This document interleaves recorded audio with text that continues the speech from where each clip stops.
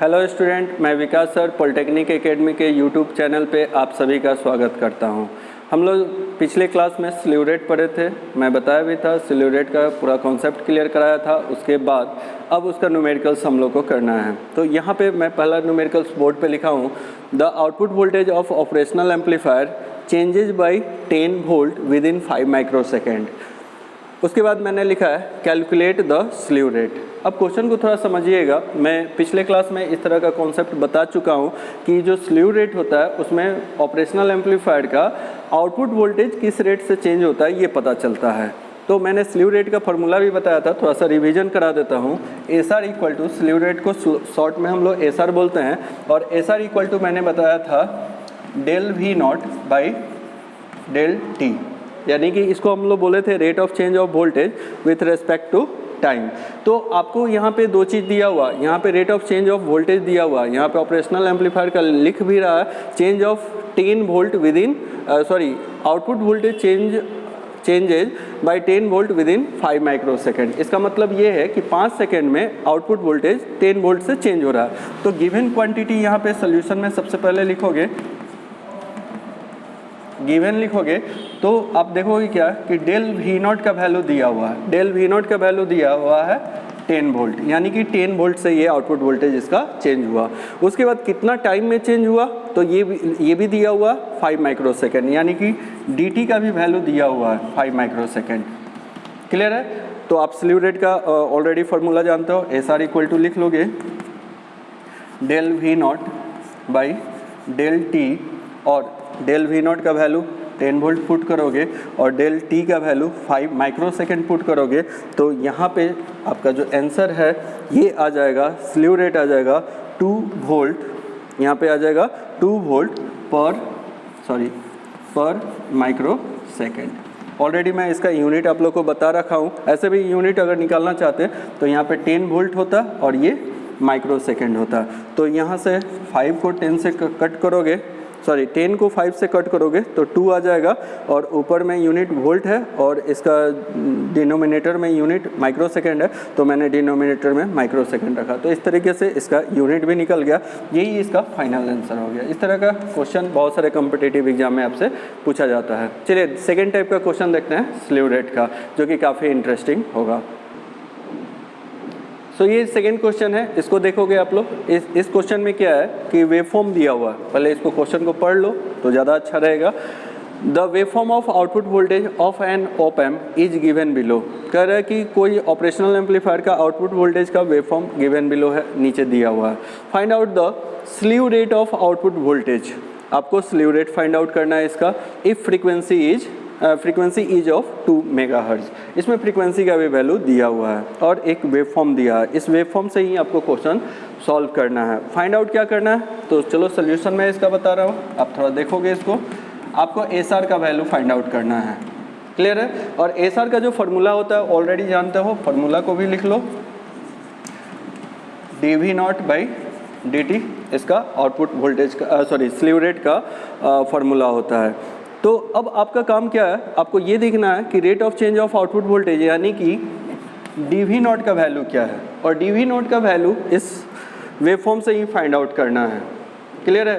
तो आप लोगों को मैं जब पढ़ा रहा था तो बताया था कि जो rate of change of output voltage होता है उसमें आपको ये देखना होता है कि जो आउटपुट वोल्टेज है वो कितना वोल्ट से कितना वोल्ट तक बढ़ता है, वही तो उसको स्लीव रेट बोलते हैं। एक टाइम पीरियड में, एक सर्टेन टाइम पीरियड में आपका आउटपुट वोल्टेज कितना चेंज हो रहा है, तो maximum rate of change of output voltage देखना होता है।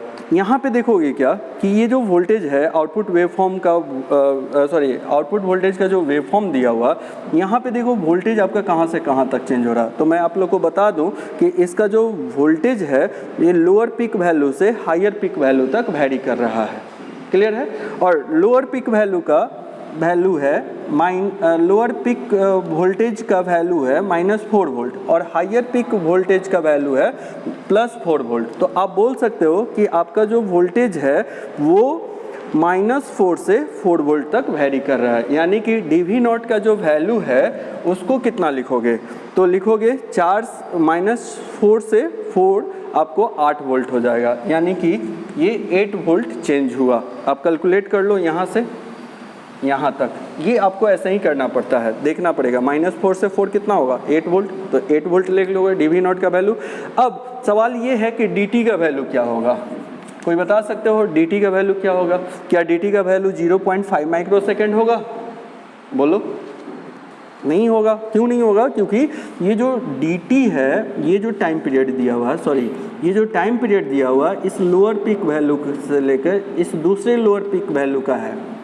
क्लियर है? यानी कि इन दोनों का टाइम इंटरवल 0.5 माइक्रोसेकंड है। बट ये जो -4 से 4 वोल्ट वैल्यू जा रहा है, ये इसका आधा ही टाइम है। कहने का मतलब क्या है कि 0.5 का ये आधा है। तो dt का वैल्यू कैसे निकालोगे? तो dt का वैल्यू निकालोगे 0.5 डिवाइडेड बाई 2 करोगे, हाफ ही टाइम है, तो इसका वैल्यू आ जाएगा 0.25। कितना आ गया? 0.25 माइक्रोसेकंड। अब आपको यहाँ से dV नॉट का वैल्यू निकल गया, dt का वैल्यू निकल गया, तो SR का भी वैल्यू निकाल सकते हो। SR इक्वल टू आ जाएगा, वैल्यू पुट कर दो dV नॉट बाई dt, और dV नॉट का वैल्यू आ गया है 8 वोल्ट डिवाइडेड बाई 0.25 माइक्रोसेकंड। और जब इसको आप सॉल्व करोगे तो ये आ जाएगा 32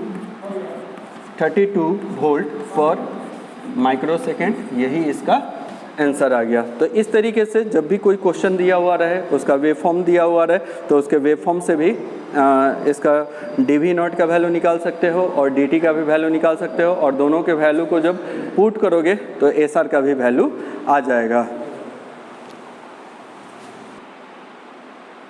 ये थर्ड क्वेश्चन है। इस क्वेश्चन को देखते हैं। ये इसका अलग टाइप्स है, इसमें कोई आपको वेव फॉर्म नहीं दिया हुआ है। पहले इस क्वेश्चन को पढ़ लोगे। इसमें लिखा हुआ है an IC741C op amp is used as an inverting amplifier with a gain of 50। कह रहा है कि कोई IC741 है, ऑपरेशनल IC का ये मॉडल नंबर होता है, जानते हो आप लोग। इसको as a inverting amplifier use किया गया है जिसका गेन 50 है।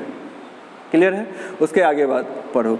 The input voltage is sinusoidal with maximum amplitude of 25 millivolt. कह रहा है कि कोई इसका इनपुट सिग्नल होगा, ठीक है, या इनपुट वोल्टेज होगा, वो साइनोसाइडल फॉर्म में है जिसका मैक्सिमम एम्पलीट्यूड कितना है? 25 मिलीवोल्ट है।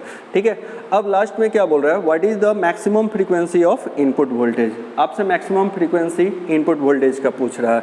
तो देखो इसको कैसे बनाएंगे। इसमें 2-3 चीज़ दिया हुआ है क्वेश्चन में, उसको लिख लो। सबसे पहले तो IC741 दिया हुआ है, और IC741 का जो गेन होता है उसका भी ज़रूरत पड़ेगा।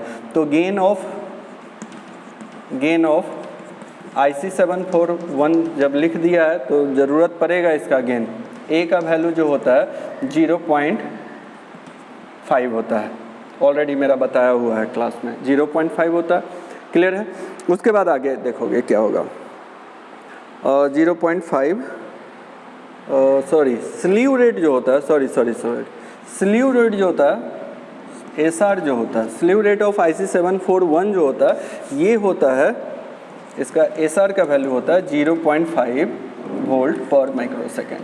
क्लियर है? ये भी मेरा क्लास में बताया हुआ है, मैं गेन बोल दिया था, कोई बात नहीं, स्लीव रेट बताया था मैं। उसके बाद कह रहा है क्या कि इसका जो एम्पलीफायर है, इस एम्पलीफायर का जो गेन है, गेन A का वैल्यू दिया हुआ है 50। क्लियर है? तो 2 चीज़ पता चल गया, एक SR का वैल्यू जो अपने मन से लिखे हैं, और A ऑलरेडी यहाँ पे दिया हुआ। उसके बाद क्या बोल रहा है? The input voltage is sinusoidal. कह रहा है कि ये कोई इनपुट वोल्टेज होगा, Vin वोल्टेज होगा, ये कोई साइनोसाइडल सिग्नल्स है। क्लियर है? ये टाइम हो जाएगा। और इसका मैक्सिमम एम्पलीट्यूड जो है, इसको हम लोग मैक्सिमम एम्पलीट्यूड बोलते हैं। ये दिया हुआ है, Vm का जो वैल्यू दिया हुआ है, ये दिया हुआ है 25 मिली वोल्ट, यानी कि Vi का वैल्यू जो है, इसको Vi लिख सकते हो, Vi का वैल्यू है 25 मिली वोल्ट। और मिली वोल्ट को जब वोल्ट में लिखोगे तो 25 × 10⁻³ वोल्ट लिखोगे, तो ये Vi का वैल्यू हो गया। अब पूछ क्या रहा है? What is the maximum frequency of input voltage. अब चूंकि फ्रीक्वेंसी निकालना है, SR का वैल्यू दिया हुआ है, तो फ्रीक्वेंसी का मैं फार्मूला बता चुका हूँ आप लोग को ऑलरेडी। 2 पाई, सॉरी ऐसे नहीं बताया था, SR divided by 2 pi S R divided by 2 pi V M into 10 to power 6 लिखेंगे। ठीक है, ऐसे तो मैं आप लोग को ये प्रूफ करा चुका हूँ एस आर इक्वल टू, आप जब ध्यान से देखोगे तो, या मैं पिछला क्लास जो पढ़ाया था उसको जब आप रिवीजन करोगे तो एस आर इक्वल टू मैं बताया था 2 पाई एफ वी एम। आया बात समझ में? तो ये वैल्यू ऑलरेडी मेरा प्रूफ करवाया हुआ है आप लोग को। ठीक है, और एस आर का जो वैल्यू होता है वो होना चाहिए वोल्टेज पर माइक्रोसेकंड में। यहाँ पे जो एस आर का वैल्यू था इसको वोल्टेज पर माइक्रोसेकंड में कन्वर्ट करने के लिए 10 टू पावर आपको 6 से डिवाइड करना पड़ेगा। तो यहाँ पे एस आर का वैल्यू हो जाएगा वोल्ट पर माइक्रोसेकंड, यानी कि स्लीव रेट का वैल्यू आगे आ जाएगा 10 टू पावर 6 से डिवाइड करने के बाद। तो यहाँ से अगर फ्रीक्वेंसी का फॉर्मूला फाइंड आउट कर लो तो फ्रीक्वेंसी इक्वल टू आ जाएगा S R divided by S R into 10 to power 6 और 2 पाई वी एम को नीचे भेज दोगे तो ये आ जाएगा 2 पाई वी एम। तो ये इसका फॉर्मूला आ गया फ्रीक्वेंसी का, जो कि हम लोग को फाइंड आउट करना है। यहाँ पे 2-3 चीज़ का ज़रूरत पड़ेगा, एक एस आर का वैल्यू का ज़रूरत पड़ेगा, दूसरा 10 टू पावर 6 तो ऑलरेडी पता है, 2 पाई पता है, वी एम का वैल्यू पता करना है। यहाँ पे वी एम के बदले मैं बताया था कि वी नॉट भी लिखते हैं हम लोग, याद होगा आप लोग को, वी एम के जगह पे वी नॉट भी लिखते हैं। तो आपको वी नॉट पहले फाइंड आउट करना पड़ेगा। तो आउटपुट वोल्टेज कैसे फाइंड आउट करते हैं? तो आउटपुट वोल्टेज यहाँ पे लिखोगे वी नॉट इक्वल टू जो होता है गेन इनटू इनपुट वोल्टेज होता है, सारे लोगों को पता होगा, गेन इनटू इनपुट होता है। अब इस एम्पलीफायर का क्या गेन दिया हुआ है? तो बिल्कुल दिया हुआ है, 50 दिया हुआ, तो गेन का वैल्यू 50 लिख लो, इनटू इनपुट कितना दिया हुआ? तो इनपुट 25 मिली वोल्ट था। ठीक है, 25 मिली वोल्ट को हमने बोला था कि 10 टू पावर -3 से मल्टीप्लाई कर लोगे, या फिर हाँ ठीक है कर लो, तो ये आ जाएगा 1.25 वोल्ट। क्लियर है? तो इस तरीके से वी नॉट का वैल्यू निकल गया। अब क्या करना है आपको? एस आर का वैल्यू पता है, 2 पाई वैल्यू पता है, वी नॉट भी फाइंड आउट कर लिए, तो बस वैल्यू को पुट कर दो। यहाँ पे मैं इसको मिटा देता हूँ, आप लोग इसको लिख लेना।